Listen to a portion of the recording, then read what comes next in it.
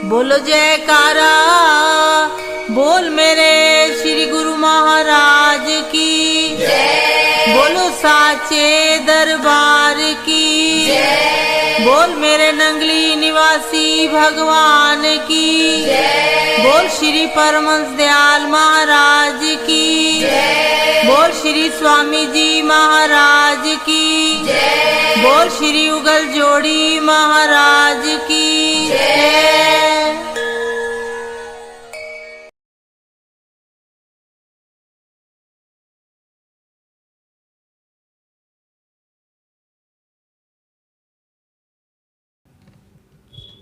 बोल जयकारा बोल मेरे श्री गुरु महाराज की जय। सतगुरु प्रेमियों, सतगुरु शांत स्वरूप है और माया से अलिप्त होते हैं। मन माया में लिप्त होने के कारण चंचल है, इसलिए मन की चंचलता को दूर करने और मन को शांत बनाने के लिए सत्पुरुषों की संगति व दर्शन की अति आवश्यकता है। हम सतगुरु के दर्शन को क्यों जाते हैं, इसका भेद अगर हमें समझ में आ जाए तो हमको पूरा लाभ हो सकता है। जरूरत इस बात की है कि वहाँ रहकर सतगुरु के दर्शन करते और सत्संग सुनते हुए साथ साथ अपने मन की अवस्था को भी देखते रहें। क्या उनकी चाल गुरु के वचनों के साथ मिलती है या नहीं? यदि मन की चाल उनके वचनों के साथ मिलती है तो वह ठीक है। अगर कुछ कमी बेसी है तो उसको ठीक कर लेना चाहिए। फिर जब कभी मन की चाल बिगड़ जावे तो फिर सतगुरु के दर्शन करके उनके पवित्र वचनों के साथ मिलाकर उसे ठीक कर लेना चाहिए। जिस प्रकार शरीर तथा कपड़ों को साफ करने के लिए पानी व साबुन की आवश्यकता है, इसी प्रकार जन्म जन्मांतरों से मलिन मन को पवित्र बनाने के लिए सतगुरु के दर्शन व उनके वचनों पर अमल करने की जरूरत है। यही कारण है कि संतों ने जिज्ञासु के लिए सतगुरु के दर्शन और सत्संग पर जोर दिया है। कुछ लोग कहते हैं कि सतगुरु का दर्शन तो एक बार कर लेना ही काफी है, बार बार जाने की भला क्या जरूरत है। उनको चाहिए कि वे इतिहास पढ़ें। इतिहास क्या बताता है? जिन प्रेमियों को गुरु के दर्शन और सत्संग का रस मिला है वही जानते हैं कि इस चीज की कितनी आवश्यकता है। यह तो गूंगे की मिठाई वाला रस है। गूंगे को रस तो मिलता होता है परंतु वह बता नहीं सकता। कहे कबीर गूंगे गुड़ खाया, पूछे तो क्या कहिए। जिनको रस नहीं मिला वे चाहे जो कुछ कहते रहे, उनकी मर्जी है, लेकिन असलियत को तो छुपाया नहीं जा सकता। हजरत सुल्तान बाहू अपने मुर्शिद साहिब के अत्यंत प्रेमी थे। उन्होंने कहा, अलप एह तन मेरा चश्मा होवन, मैं मुर्शिद वेख न रज्जा हूँ। लूलू दे मुड लख लख चश्मा, एक खोला एक कज्जा हूँ। इतने ठिडिया मैनू सबर न आवे, और कितेवल भज्जा हूँ मुर्शिद दादे दार वे बाहू मैनू लख करोड़ा हज्जा हूँ। साईं बुल्ले शाह जाति के सैयद थे और उनके मुर्शिद साहिब जाति के अराई। यद्यपि रूहानी दुनिया में इन बातों को कोई नहीं देखता है, परंतु साधारण लोगों की दृष्टि तो अपनी ही होती है। जब बुल्ले शाह ने गुरु धारण किया तो लोग उन्हें काफर कहने लग गए कि इसने सैयद होकर अराई को गुरु बनाया। परंतु गुरु के मिलाप से अंदर ही अंदर जो रस बुल्ले शाह को मिल रहा था उसको तो वे ही जानते थे। कौन जाने बुल्ले शाह की दृष्टि में गुरु का स्वरूप कितना महान था, इसको भला कोई दूसरा कैसे जान सकता था। जब बुल्ले शाह को लोग काफर कहने लगे तो उन्होंने अपनी झोली पसार कर कहा, भुलिया लोग काफर काफर आँख दे, तू आहो आहो आँख। ए बुल्ले शाह, यदि लोग तुझे काफर कहते हैं तो तू बुरा न मान, उनको यह ही उत्तर दे कि मैं काफर हूँ। मेरे गुरु की जात पाक है और मेरी जात खाक है। अगर मेरे गुरु अराई है तो मैं भी अराई हूँ। जब इस बात की चर्चा आम लोगों की जुबान पर आ गई तो तंग आकर एक बार उसके घर के संबंधी भी बुल्ले शाह को समझाने आए कि वे इस मार्ग को छोड़ दें जिस पर वे चल पड़े हैं, क्योंकि इससे संसार में हमारी निंदा होती है। मारे शर्म के हम किसी को मुंह नहीं दिखा सकते। यह बात बुल्ले शाह की बहनों और भाभियों ने आकर कही। तब बुल्ले शाह ने जो उत्तर दिया वह इस प्रकार है। बुल्ले नो समझावण आइया बहना ते भर जाइया, साडे आखे लगवे बुलिया ते की लिका लाइया, नाना तेरा पाक मोहम्मद दोस्ती नाल अराइया। बुल्ले शाह कहने लगे, जो कोई सानू सैयद आखे दोखज मिलन सजाइया, जो कोई सानू कहे अराई बहिश्ती पिंगा पाइया।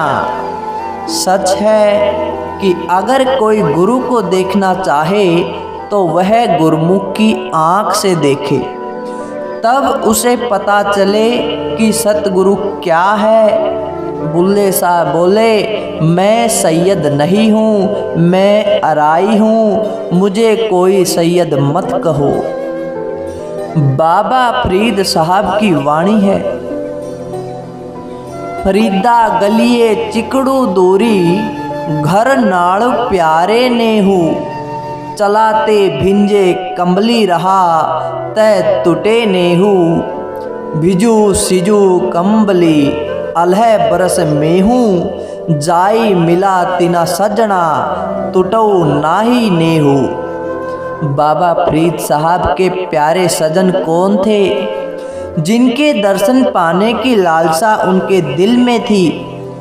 कोई कह सकता है कि उनके प्यार का निशाना कोई सांसारिक वस्तु थी, या उनके प्यारे सजन या कोई संसारी व्यक्ति थे जिनके दर्शनों के लिए उनके दिल में प्यार उठ रहा था? कदापि नहीं, क्योंकि वे तो वैराग्य का घर और महापुरुष थे। उनकी वाणी गुरुवाणी के साथ जोड़ी गई है। ऐसी सूरत में यह प्रश्न ही नहीं उठ सकता कि उनका प्यार सांसारिक था। अगर मान लिया जाए कि उनका प्यार सांसारिक नहीं बल्कि ईश्वर का प्यार था, तो ईश्वर के भी दो स्वरूप हैं, एक निराकार तो दूसरा साकार। अगर कोई कहे कि उनका प्यार निराकार के दर्शन पाने का था तो यह भी नहीं हो सकता, क्योंकि निराकार तो सर्वदेशी और सर्वव्यापक है। जो फरीद साहब के अंदर भी था, अपने अंदर ही उसके दर्शन कर सकते थे। इस पर गलिए चिकड़ दूरी घरों का प्रश्न नहीं उठ सकता। इसलिए विचार करने से सिद्धांत यही बनता है कि उनके प्यार का निशाना एक साकार रूप ईश्वर था, जो साकार रूप ईश्वर गुरु का स्वरूप ही हो सकता है, क्योंकि जब भी और जिसको भी ईश्वर ने अपना ज्ञान दिया है वह गुरु के रूप में ही दिया है। भाव कि बाबा फरीद साहब के दिल में गुरु के दर्शन का उत्साह था, लेकिन वर्षा हो रही थी, गलियों में कीचड़ था। सोचते हैं कि अब क्या किया जाए। एक तरफ तो गुरु के दर्शन का प्यार है, दूसरी तरफ गलियों में कीचड़ और पानी बरस रहा है। चलता हूँ तो कपड़े भीगते हैं, कीचड़ में गिरने का डर है। अगर रुकता हूँ तो प्यार टूटता है। सोच विचार के बाद यह फैसला लिया कि कीचड़ और पानी से कपड़े भीगकर खराब हो जाएंगे तो होने दो, परंतु गुरु के दर्शन को अवश्य जाना चाहिए ताकि उनके दर्शन का प्यार न टूट जाए। गुरु के दर्शन और उनकी महिमा का जिक्र चला हुआ है। भाग्य से जिनको यह रस आ गया वही इसको समझते हैं कि गुरु के दर्शन की कितनी आवश्यकता है, तथा दर्शन और सत्संग के बिना मन की अवस्था क्या हो जाती है। आगे संतों ने यह वचन फरमाए हैं कि जगह जगह का माहौल भी अपना अपना होता है। जिस स्थान पर महापुरुषों के चरणों का निवास होता है, जहाँ उनकी मौज काम कर रही होती है, उस माहौल में पहुँचने के बाद ही मन की अवस्था अपने आप सुधरने लग जाती है। क्योंकि संत महापुरुष जिस स्थान को निवास स्थान बनाकर सत्संग का सिलसिला जारी करते हैं, तो उनके पवित्र शरीर से तथा उनके सत्संग के वचनों से जो रूहानी किरणें फूटती हैं, वह आसपास अपना मंडल बांध लेती हैं। और जो श्रद्धालु जीव उस पवित्र मंडल में प्रवेश करते हैं, उन पर भी उस मंडल का असर होता है। वह वायुमंडल पवित्र तथा परमार्थिक होता है, इसलिए उसमें प्रवेश करने वाले जीव आप से आप परमार्थी बनते जाते हैं। यह महापुरुषों के सत्संग की बरकत होती है। यह मन संशय भ्रमों को उत्पन्न करने वाला एक कारखाना है, जिससे नित्य नए नए संशय भ्रम पैदा हो जाते हैं और वे मनुष्य को परेशान करते रहते हैं। लेकिन भाग्य से मनुष्य जब महापुरुषों के पवित्र मंडल में पहुंचकर सत्संग के वचनों को सुनता है, तो उन संशय भ्रमों के पूछने पुछाने की आवश्यकता नहीं रहती, अपने आप साफ हो जाते हैं। श्री गुरुदेव जी का जमाना था जब सत्संग उपदेश का सिलसिला विशाल रूप धारण कर गया, तो अनेक बड़े बड़े विद्वान और वक्तागण अपने दिल में संशय भ्रमों की पोट बांधकर आते थे।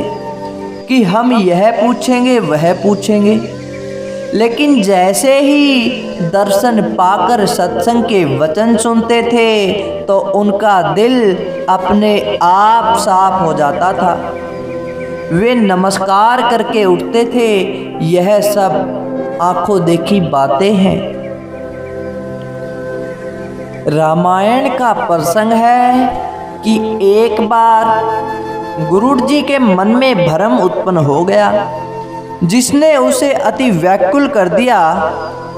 तब वे शिवजी महाराज जी से कहने लगे कि मेरे मन में एक भ्रम उत्पन्न हो गया है। तो शिवजी महाराज ने उन्हें कागभूषुंडी जी के आश्रम पर जाने के लिए कहा। शिवजी महाराज जी के कहने पर वे कागभूषुंडी जी के आश्रम पर सत्संग सुनने के लिए गए। अभी आश्रम में पहुँचे भी नहीं थे कि उस मंडल में प्रवेश करते ही मन साफ हो गया।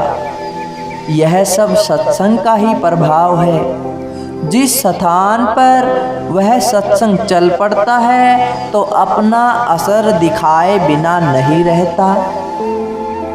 गुरुड़ कागभूषुंडी जी का यह संवाद श्री आनंद रामायण के दूसरे भाग में विस्तार पूर्वक आ चुका है, जिसको पढ़ने और सुनने से मन को शांति मिलती है। श्री गुरु महाराज जी एक वचन फरमाया करते कि बड़ों का अदब करो, बराबर वालों के साथ मित्रता भाव रखो और छोटों को प्यार दो। उनका ही एक और वचन भी है कि बा अदब बा नसीब, बे अदब बे नसीब। इसके अर्थ हैं दूसरों का अदब करने वाले नसीब वाले होते हैं तथा जो बेअदबी होते हैं वे बेनसीब होते हैं। किसी शायर की शायरी है, लुकमान हकीम रा गुप्तंद अदब अज के अमोख्ती, मुफ्त अजबे अदबा हरचे दर नजरे ऐसा पसंद आयद अजा पर हेज कर दम। लुकमान हकीम से किसी ने पूछा कि आपने अदब कहाँ से सीखा? वह बोला, बेअदबों से। पूछने वाले ने फिर पूछा कि आपने बेअदबों से अदब कैसे सीखा? लुकमान साहब ने उत्तर दिया कि बेअदब लोग जिस चाल को पसंद करते थे मैं उससे परहेज करता था। गुण लेने वाले सब जगह से गुण ले सकते हैं, परमार्थी जीवों को छलनी की सी बुद्धि नहीं बनानी चाहिए कि उसमें आटा डालने से आटा तो नीचे फेंक दे और छान अपने अंदर रख ले। बुद्धि छाछ जैसी होनी चाहिए जो बेकार वस्तुओं को तो बाहर फेंक दे और मतलब की चीज अपने अंदर रख ले। ऐसे ही परमार्थी जीवों को गुण ग्राहक बुद्धि बनानी चाहिए। धनी धर्मदास जी का एक वचन है, याज्ञवल्क्य अरु जनक विदेही दत्ता तेरे गुरु परम स्नेही। 24 गुरु कीन्ह जग माही अहंकार और राख्यो नाही। कहा जाता है कि स्वामी दत्तात्रेय जी ने 24 गुरु बनाए थे। असलियत यह है कि गुरु तो उनके एक ही थे, परंतु हृदय से अभिमान को त्याग कर 24 दूसरे जीवों से उन्होंने गुण लिए थे, क्योंकि गुण वह लेता है जो अपने आप को अधूरा समझता है। जिसके हृदय में पूरा होने का अभिमान होता है वह दूसरों से गुण नहीं ले सकता। पूरा नाम तो मालिक का है, जीव तो सदा अधूरा है। हृदय का अभिमान गुणों के फल को खा जाता है। गुण जहाँ से मिले उसको ले लेना चाहिए। बुद्धिमानी जीव वही होते हैं जो झुककर पानी पी लेते हैं, जो झुकते नहीं वह प्यासे रह जाते हैं। अभिमान का परिणाम अच्छा नहीं है। संतों ने फरमाया है, अभिमानी चढ़कर गिरे गए वासना माही, 84 भरमत भय कभू निकसे नाही। चरण दास यो कहत है, सुनियो संत सुजान, मुक्ति मूल अधीनता, नरक मूल अभिमान। मीठा बोलन नीव चलन, हथों भी कुछ दे, रब्बा तिंदी बुकड़ी, ओ जंगल क्या ढूंढे। भक्ति के आगार महापुरुष संत सतगुरु जीवों को भक्ति दान भी देते हैं और उनको अहंकार और 5 चोरों से बचाए रखते हैं। उनकी भक्ति की रक्षा भी करते हैं। भगवान श्री कृष्ण महाराज जी ने भक्त अर्जुन के हाथों कौरवों की समस्त सेना का सफाया करवाया। वास्तव में यह एक सेवा थी जो अर्जुन को दी गई, वरना काम तो उन्होंने पहले अपने आप ही कर रखा था।